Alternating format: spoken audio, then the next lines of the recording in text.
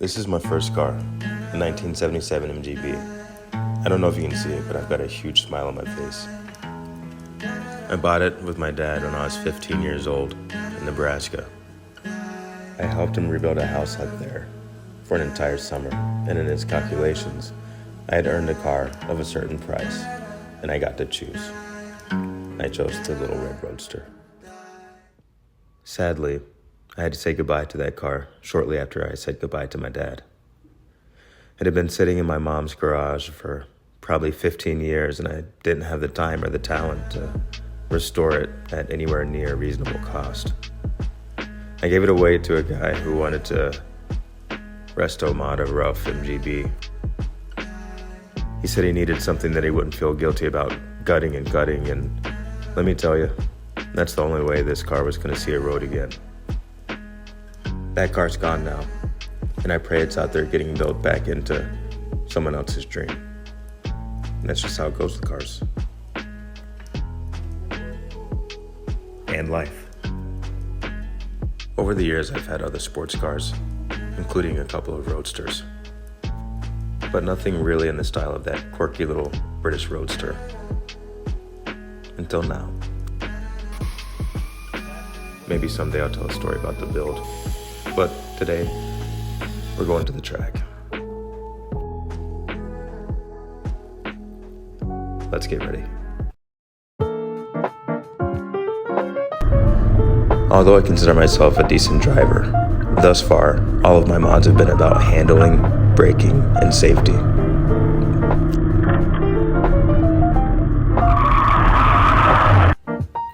We'll cover that later. Hey, what's going on? It's your boy Dalton from the Petrol List, and you've heard me talk about Formula One. This is Formula None. This is just a dude in a Miata getting ready to do a track day. And here's some prep.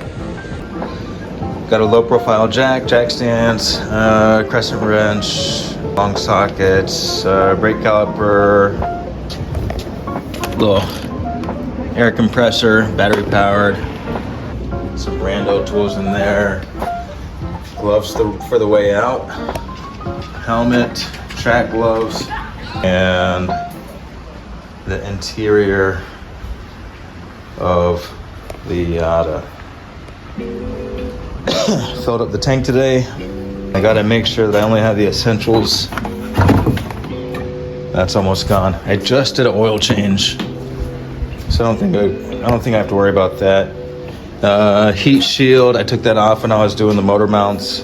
I don't think I'll need it tomorrow. It's December. I'll put it back on for the next track day.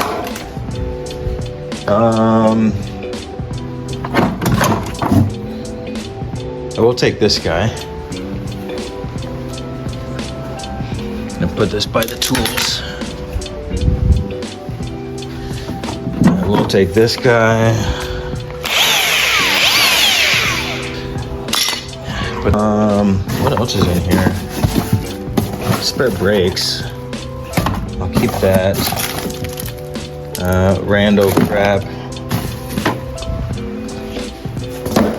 I'll file that in the later box.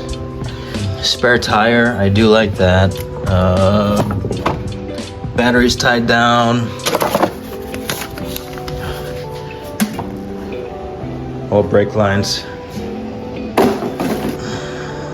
Oh yeah, I need this guy. I do actually want to see if I can get some footage off of this SIM card. I just can't forget that for tomorrow. Now it's really just time to put everything in the trunk, so I'm gonna put you guys on fast forward.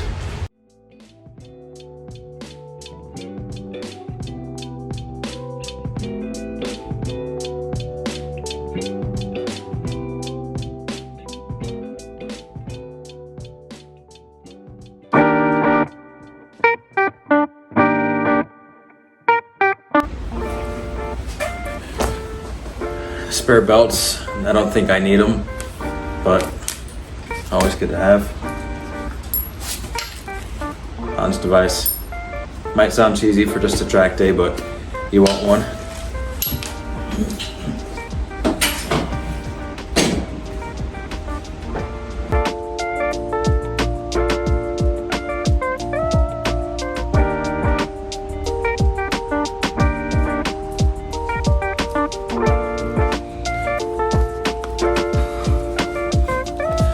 I think that's it.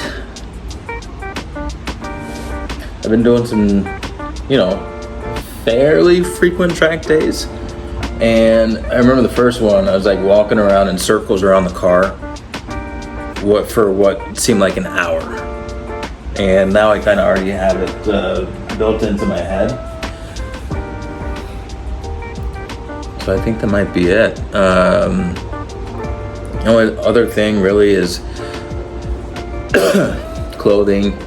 Make sure I dress appropriate for the weather. It's gonna be a perfect day for a track. It's gonna be like 70 degrees is the high.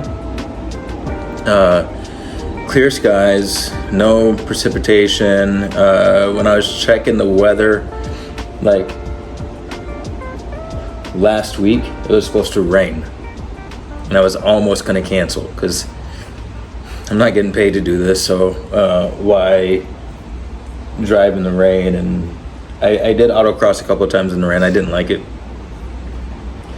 because you're just driving slow anyway. You can drive slow on public streets. So that's I think that's it. Next stop is the road out to the track day, and then after that, a little bit of track footage. Talk to you soon. Oh yeah, handful of zip ties. Because zip ties, why not?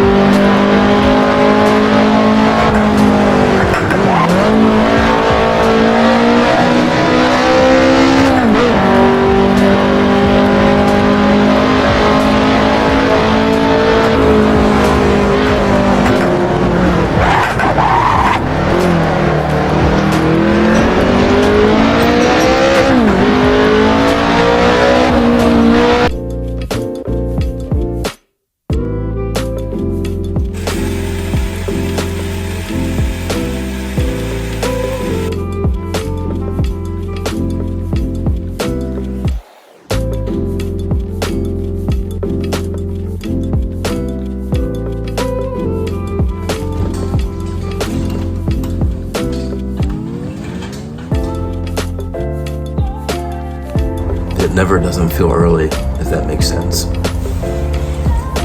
No matter how many times you get up like this. I used to get up like this in the military all the time. It always felt early.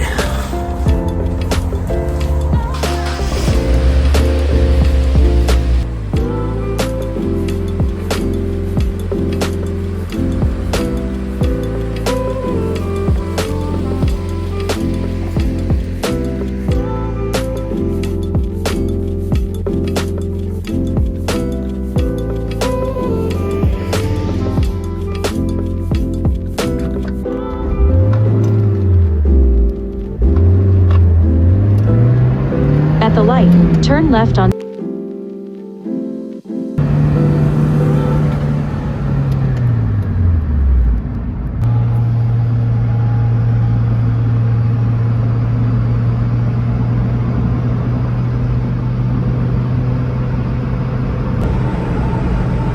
Alright, it is super early. I am on my way to the track. It's cold, it's early, and I'm in a tiny car. Everything about this enhances the feeling of adventure. I do have time alone to think, contemplate, pray, and just thank God for everything I got going on. And it's always an exciting moment when you're on your way to do something that you really love doing, especially when that something is a little bit on the adventurous side. All right, see you at the track.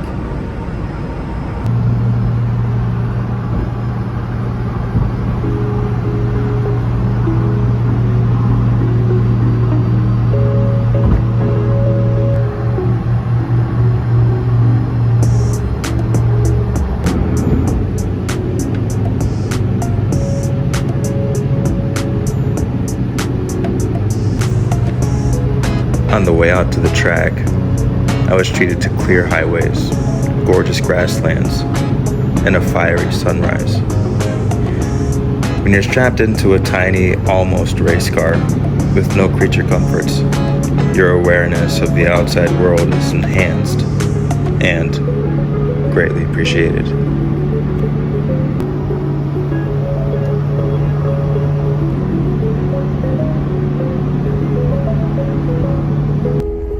I just stopped to grab snacks, and some people came out to look at the car.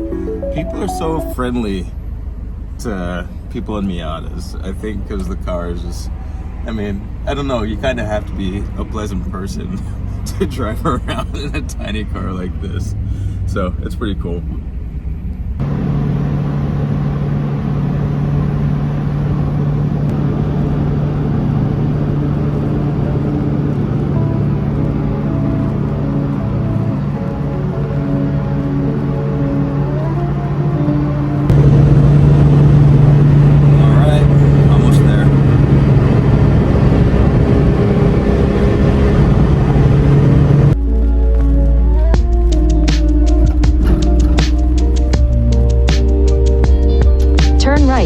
Then the destination is on your right.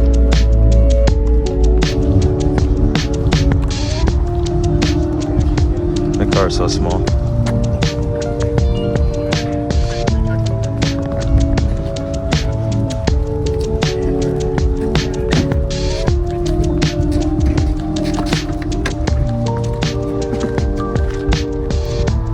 Disclaimer, I'm an artist and a visual kind of dude, so every time I see beauty, I gotta stop and take it in. But it's time to unload and get the office set up for the day. All right, it is time for the 8 a.m. driver's meeting. Always exciting. I'll meet my instructor for the first time.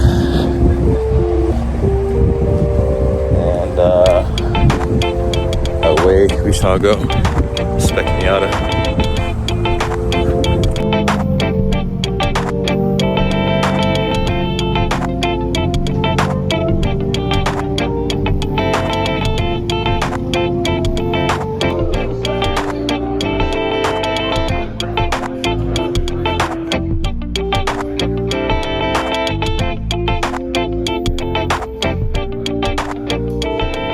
Flag stations. They're going clockwise. Somebody here? Yep. Somebody here? Nope. Somebody there? A little bit to the right. Here, right? So come around here, they're here. Yeah, that's where they are. All right, you can see here just a little bit of rain. Not too bad. I will put this roof back up though.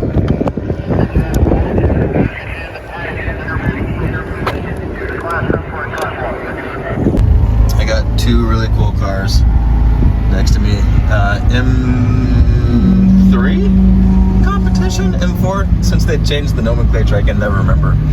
Technical tour de force. Every gadget and gizmo, check it. Carbon fiber heated seats. And over here, got the new Nissan Z. It is gorgeous in person. That's it.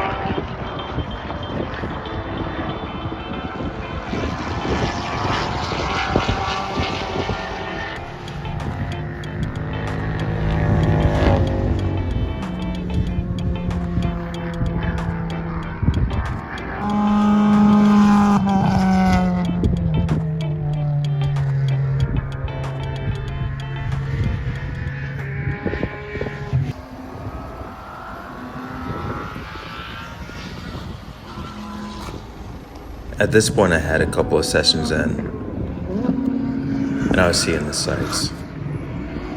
Like this brand new Nissan Z. It might not have been the most photogenic thing when it came out, and it caught some hate on the internet, but in person, it's absolutely gorgeous. And on track, it's an absolute beast. Anyway, I'm good on steering, I'm good on gas pedal, terrible on brakes. Let's talk to my instructor, Brian. So when you threshold brake, you're into the pressure all the way up to the ABS, and then you release. Okay. Right? But trail brake is threshold, and then you begin to turn the wheels of the car, and slowly trail off the pedal. Got it. And what I like to do is I like to use I brake with the ball of your feet. Yep. Because that's strong. And then when you're trail braking, what I do is I tend to come off the brake toe last. Okay. And brake with my hip. All right. Right? Use my entire leg. Don't do this like we do on the street. Yeah. Use your entire leg. Okay. To just trail off, and the toe thing is just a nice reminder for me. Hey, we're being extra smooth here, right? Awesome.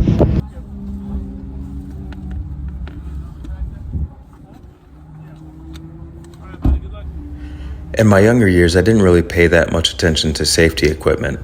I'd jump on track with anything that had an engine and steering wheel. But after being married for 10 years, you realize that it's not just your life, you share it with somebody else, and you owe it to them to try to come home. So I put everything on and I strap everything in.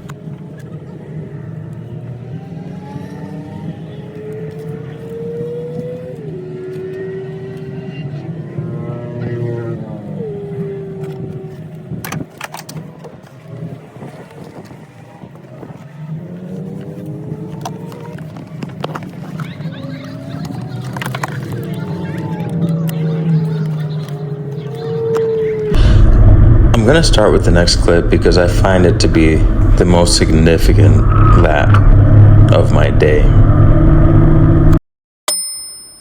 Keep your eye on that tower. We'll see it again.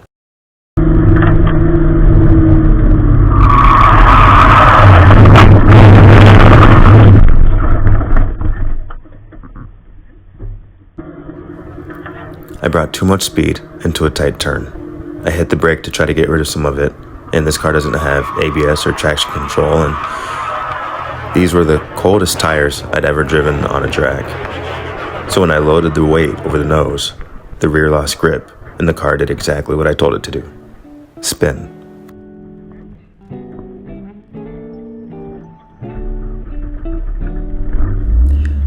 It was then that I knew something was wrong. The car didn't feel right, and I decided to limp back to the paddock.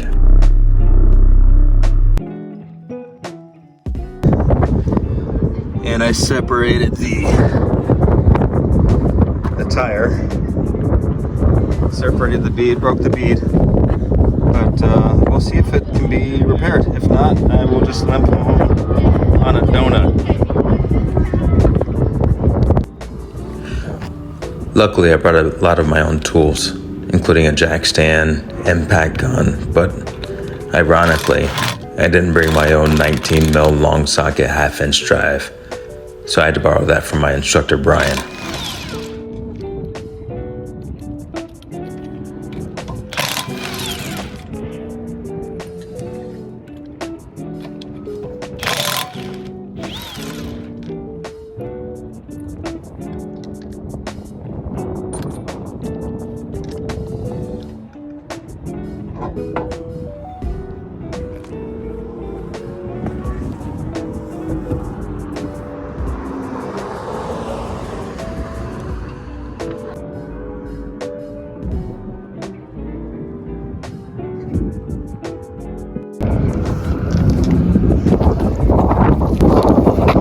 Smooth on the inside still, just a minor scratch, but that's not necessarily where the bead locks up. The bead locks up on the inside. Wheel's not broken.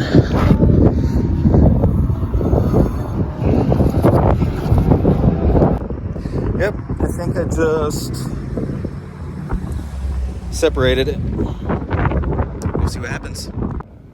So my instructor and I figuring that it was just a beadlock situation, went in search of a shop. The first one, their machine was broken. The second one, they were closed for some family holiday get-together. And, well, we found a third shop that was a racing shop, and they saw the tire and they put it back together for me.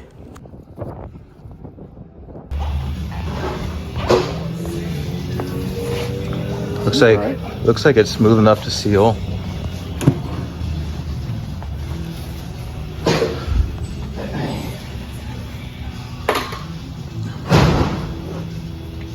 Did you go off in it? Yeah, so just right where the curb starts, where it's just like right at the highest, and I could see it. I was like, I'm gonna snap my wheel, and luckily it was just the tires, so I really thought it was gonna be worse, like a hub or something. Yeah. But if the but if the tire didn't go, the hub probably would have. So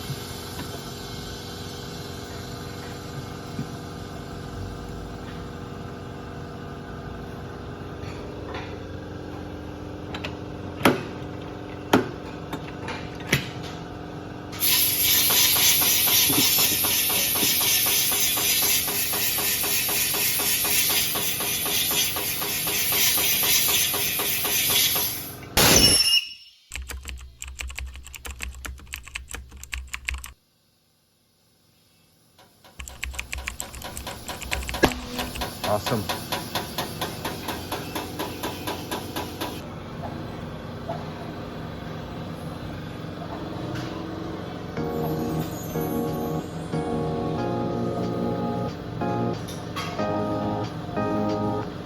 What shop is it? Texas Auto Sports and Formula Mazda. Okay, all right. Thank you, sir.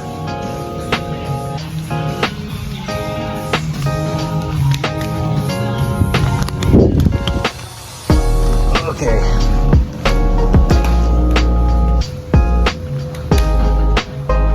That's the tire back. Look at these race cars. That is just cool. Anybody want some Doritos?